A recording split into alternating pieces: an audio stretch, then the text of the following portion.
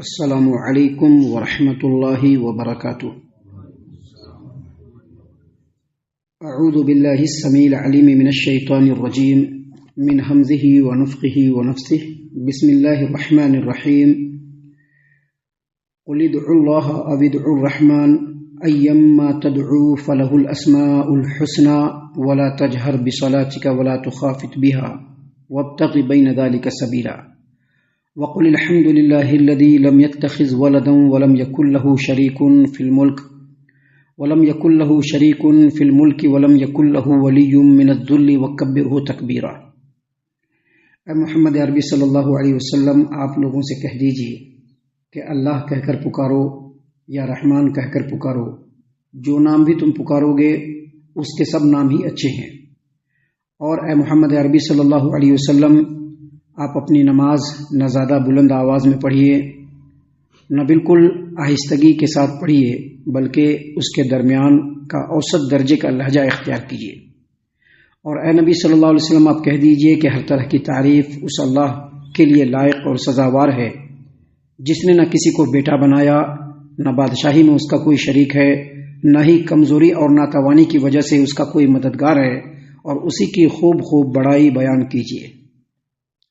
محترم سامعین اکرام، جیسا کہ آپ کو معلوم ہے، ترتیب کے ساتھ ہر روز درس قرآن کی شکل میں قرآن کریم کی آیات آپ کے سامنے پیش کی جاتی ہے، اس کا ترجمہ اور اس کی تفسیر بھی بفضل اللہ بتوفیق اللہ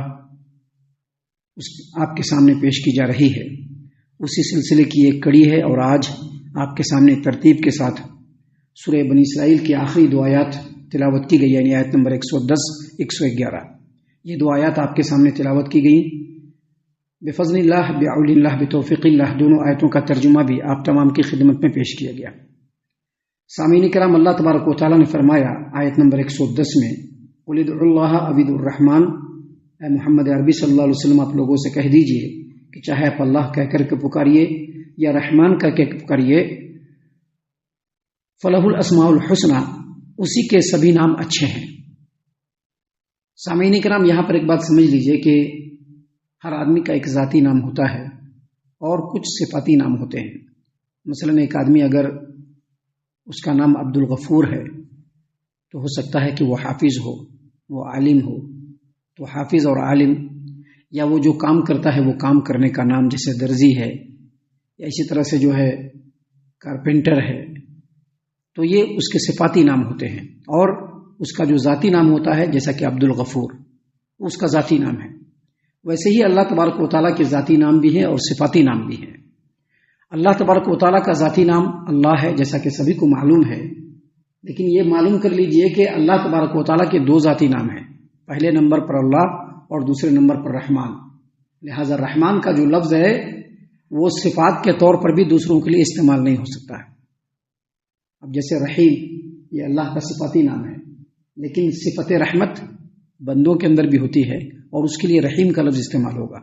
رحمان کا لفظ کسی کے لیے استعمال نہیں ہوگا، جیسے اللہ تبارک و تعالیٰ کا لفظ کسی کے لیے استعمال نہیں ہو سکتا ہے، کیونکہ یہ دونوں اللہ کے ذاتی نام ہیں۔ یہاں پر اللہ تبارک و تعالیٰ نے فرمایا کہ آپ چاہے اللہ کہہ کر کے پکاریے، چاہے رحمان کہہ کر کے پکاریے، دونوں اللہ کے نام ہے، اور اس کے علاوہ بھی اللہ کے بڑے اچھے اچھے نام ہیں۔ اس کی وجہ یہ ہے کہ رحمان کا جو لفظ ہے، جو اللہ کا ذاتی نام ہے، یہ مشرکین مکہ کے ہاں پرچلت نہیں تھا، ان لوگوں کے ہاں رائج نہیں تھا، وہ لوگ اس نام کو جانتے نہیں تھے۔ لہٰذا جب نبی کریم صلی اللہ علیہ وسلم کے زبان مبارک سے رحمان کا لفظ سنا تو ان لوگوں کی چڑ ہو گئی، اور رحمان کو اللہ کے لیے پکارنے سے وہ لوگ بدکتے تھے۔ حافظ ابو جعفر ابن جریر طبری رحمۃ اللہ علیہ نے تفسیر الطبری کے اندر امام مکحول سے روایت کیا ہے کہ ایک مشرک نے پیارے رسول صلی اللہ علیہ وسلم کو سجدے میں یا اللہ یا رحمان یا رحیم کہتے ہوئے سنا، تو اس نے کہا کہ اے محمد، آپ تو ہم لوگوں کو شرک سے روکتے ہیں اور کہتے ہیں کہ ایک اللہ کو پکارو، اور آپ دو معبود کو پکار رہے ہیں۔ تو اللہ تبارک و تعالیٰ نے یہ آیت کریمہ نازل فرمائی، قل ادعوا اللہ او ادعوا الرحمن، کیونکہ اللہ بھی اللہ کا ہی نام ہے اور رحمان بھی اللہ کا ہی نام ہے، لہذا جو نام کہہ کر کے پکارو، اور صرف اللہ اور رحمان ہی نہیں بلکہ اس کے علاوہ بھی اللہ تبارک و تعالیٰ کے بہت سارے صفاتی نام ہیں جو بڑے اچھے اچھے نام ہیں. ان ناموں سے آپ اللہ کو پکار سکتے ہیں، جیسے یا غفور الرحیم، یا مالک الملک، یہ سب اللہ تبارک و تعالیٰ کے نام ہیں. یا قدیر، یا غفار، یا قہار، یہ سب اللہ تبارک و تعالیٰ کے نام ہیں. ان میں سے جس نام کو پکاریے سب اللہ کے اچھے اچھے نام ہیں. سامعین اکرام، اس کے بعد اللہ تبارک و تعالیٰ نے فرمایا محمد عربی صلی اللہ علیہ وسلم کو مخاطب کرتے ہوئے، وَلَا تَجْهَرْ بِصَلَاتِكَ وَلَا تُخَافِتْ بِهَا وَابْتَغِ بَيْنَ ذَلِكَ سَبِيلًا. جب آپ نماز پڑھیے تو بہت ہی بلند آواز سے قرات مت کیجیے اور نہ ہی بالکل آہستگی کے ساتھ قرات کیجیے، بلکہ درمیان کا اوسط درجے کا لہجہ اختیار کیجیے. آیت کریمہ کے اس ٹکڑے کو سمجھنے کے لیے پہلے ایک حدیث سن لیجیے. حدیث صحیح البخاری اور صحیح مسلم کی. عبداللہ ابن عباس رضی اللہ عنہما اس حدیث کے راوی ہیں. وہ کہتے ہیں کہ نبی کریم صلی اللہ علیہ وسلم جب مکہ مکرمہ میں اپنے نبوت کے مبعوث اپنے بعثت کے یعنی نبی بننے کے فوراً بعد جب مکہ کے اندر تھے تو اس وقت مشرکین سے چھپ کر کے عبادت کرتے تھے. لیکن جب صحابہ کرام رضی اللہ عنہم کو نماز پڑھاتے تو آواز ذرا بلند فرماتے، ویسے چھپ کر کے آہستگی کے ساتھ پڑھتے. لیکن جب صحابہ کرام رضی اللہ عنہم کو نماز پڑھاتے تو بلند آواز سے نماز پڑھاتے. تو مشرکین مکہ جب قرآن کریم کے آیات کی تلاوت کو سنتے تو قرآن کو بھی گالی دیتے، برا بھلا کہتے. قرآن جس نے نازل کیا ہے اس کو بھی برا بھلا کہتے، اور جو قرآن کریم لے کر کے جبرائیل امین آتے ہیں ان کو بھی برا بھلا کہتے. تو اللہ تبارک و تعالیٰ نے یہاں پر کہا کہ محمد صلی اللہ علیہ وسلم، پہلی بات یہ کہ بہت بلند آواز سے آپ قرآن کریم کی تلاوت نہ کیجیے کہ مشرکین مکہ جب اس کو سنیں تو گالی گلوچ کریں، اور اتنی آہستگی سے بھی مت پڑھیے کہ صحابہ کرام کو سنائی نہیں پڑے، بلکہ درمیانی درجے کا لہجہ، اوسط درجے کا لہجہ اختیار کیجیے.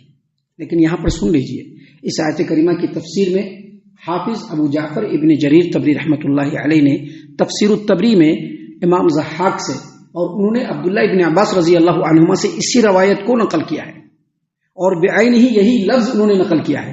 لیکن بعد میں انہوں نے یہ بھی اضافہ کیا ہے کہ جب نبی کریم صلی اللہ علیہ وسلم مکہ سے مدینہ ہجرت کر کے چلے آئے تو یہ حکم ساقط ہو گیا، اور یہ اختیار دے دیا گیا کہ آپ چاہے جس انداز میں آپ تلاوت کیجئے، بلند آواز میں تلاوت کیجئے، آہستگی کے ساتھ تلاوت کیجئے، کوئی پرابلم نہیں. سامعین کرام، اس کے بعد جو آخری آیت کریمہ ہے اس میں اللہ تبارک و تعالیٰ نے فرمایا وَقُلِ الْحَمْدُ لِلَّهِ الَّذِي لَمْ يَتَّخِذْ وَلَدًا وَلَمْ يَكُنْ لَهُ شَرِيكٌ فِي الْمُلْكِ وَلَمْ يَكُنْ لَهُ وَلِيٌّ مِّنَ الذُّلِّ وَكَبِّرْهُ تَكْبِيرًا. اے نبی کریم صلی اللہ علیہ وسلم آپ کہہ دیجئے ہر طرح کی تعریف اس اللہ کو لائق اور سزاوار ہے جس نے کسی کو نہ تو بیٹا بنایا ہے، نہ بادشاہی میں اس کا کوئی شریک ہے، نہ ہی کمزوری کی وجہ سے اس کا کوئی مددگار ہے. اور آگے فرمایا اور اسی رب کی خوب بڑائی بیان کیجئے. اصل میں اس آیت کریمہ میں مشرکین کے ایک شرکیہ عقیدے کا رد ہے، ایسے شرکیہ عقیدے کا رد جس شرکیہ عقیدے سے کئی اور شرک کے رستے کھل جاتے ہیں. اور وہ بدترین عقیدہ کیا ہے؟ آج بھی آپ نے سنا ہوگا. وہ بدترین عقیدہ یہ ہے کہ جس طرح سے دنیا میں ایک بادشاہ کو اپنی مملکت کو چلانے کے لیے بہت سارے معاون اور مددگار کی ضرورت پڑتی ہے، امیروں، وزیروں، ہرکاروں اور کارکنوں کی ضرورت پڑتی ہے، ویسے ہی اس پورے کائنات کے نظام کو اور مملکت کو اور اس حکمرانی کو چلانے کے لیے اللہ تبارک و تعالیٰ کو بھی بہت سارے کارکنوں اور مددگاروں کی ضرورت ہے. اور یہ جو ہمارے دیوی دیوتا ہیں، یہ جو ہمارے غوث ہیں، قطب ہیں، ابدال ہیں، یہ جو ہمارے پیر ہیں، جو اولیاء ہیں، یہ سب اللہ تبارک و تعالیٰ کے معاون ہے. اس کائنات کے نظام کو چلانے کے لیے مختلف ڈپارٹمنٹ کو سنبھالے ہوئے ہیں، اس لیے ہم لوگ ان کے پاس جاتے ہیں، ان سے مانگتے ہیں. مشرکین مکہ بھی دیوی دیوتاؤں کے پاس جاتے تھے، اور بہت سارے مشرک مختلف آستانوں پر اور دیولوں پر اور مندروں میں جاتے ہیں، اور بہت سارے مشرک جو اپنے آپ کو مسلمان کہتے ہیں وہ مزاروں اور درگاہوں پر جاتے ہیں، اور ان کا عقیدہ بس یہی ہے، یہی عقیدہ ہے ان کا. اللہ تبارک و تعالیٰ نے اس بدترین عقیدے کی تردید فرمائی اور کہا الحمدللہ الذی، تمام تعریف اس اللہ تبارک و تعالیٰ کے لیے ہے، لم یتخذ ولدا، اس کو کسی اولاد کی ضرورت نہیں ہے، ولم یکن لہ شریک فی الملک، اور ان کی بادشاہت میں ان کو چلانے کے لیے کسی شریک اور کسی کارکن اور کسی معاون اور کسی مددگار کی کوئی ضرورت نہیں ہے، کوئی ضرورت نہیں ہے. ولم یکن لہ ولی من الذل، اور کسی ولی کی بھی ضرورت نہیں ہے، کسی وارث کی بھی ضرورت نہیں ہے کہ کمزوری اور ناتوانی میں اس کا کوئی مدد کرے. یعنی جب اللہ تبارک و تعالیٰ نے اس کائنات کی تخلیق کی اس وقت بھی کسی کی کوئی ضرورت نہیں تھی اللہ کو. اللہ تبارک و تعالیٰ اس کائنات کو چلا رہا ہے، کوئی ضرورت نہیں اللہ کو کسی کو. اللہ صرف کہے گا کن اور وہ چیز ہو جائے گی. اللہ تبارک و تعالیٰ کو کبھی بھی کسی کی کوئی ضرورت نہیں ہے. اللہ تبارک و تعالیٰ ہر عیب سے پاک ہے. اللہ تبارک و تعالیٰ ہر ایک کی پکار کو سنتا ہے.